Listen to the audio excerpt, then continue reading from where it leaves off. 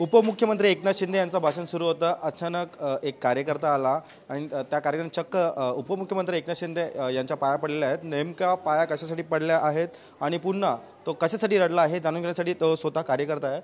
दादा, नेमकं काय झालं होतं? आपण भर सभेमध्ये एकनाथ शिंदे यांचं भाषण सुरू होतं, रडू कोसळल्याने आपण चक्क पाया पडलेल्या आहेत. मी युवासेनेचा उपजिल्हाप्रमुख आहे.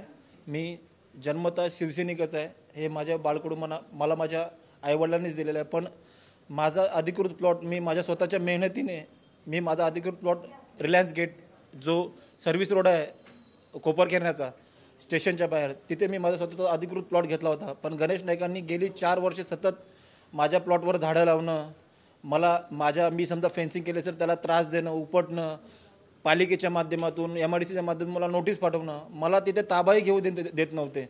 आणि आज 4 वर्ष मी भांडत होतो. मला माझ्या परिवाराने सुद्धा सोडलं होतं. मी जर गणेश नाईकांवर बोलत होतो तर मला वेड्यात काढत होते. मी आगरी समाजाचा आहे, पण मी माझ्या पूर्ण समाज बांधवांना सांगू इच्छितो की शिंदे साहेबांनी माझी जातपात नाही बघितली. शिंदे साहेबांनी बघितलं का याला न्याय द्यायचा आहे तर शीतलताई ही वाघीण आमच्या जिल्हा प्रमुख आहेत, यांनी मला एवढी आज साथ दिली की आज मोठपासून हा प्रॉब्लेम आपल्याला सहन करावा लागतो.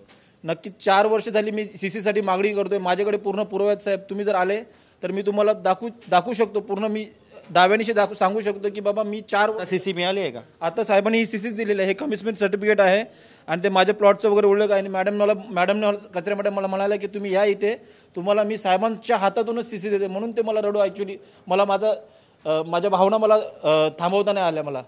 धन्यवाद. खरं तर आपण पाहतोय की CC रोखून ठेवण्यात आली होती असा जो आरोप आहे तो शिवसेनेच्या कार्यकर्त्यांनी व्यक्त केलेला आहे. त्यामुळे जे रडू आहे ते मला अनावर झालेले आहे आणि एकनाथ शिंदे यांच्या उपस्थितीत व उदय सामंत यांनी मला सध्या CC दिलेले आहे असं त्यांचं म्हणणं आहे. कॅमेरापासून योगेश सावंतसह मी रवी कराड, TV9 मराठी, नवी मुंबई.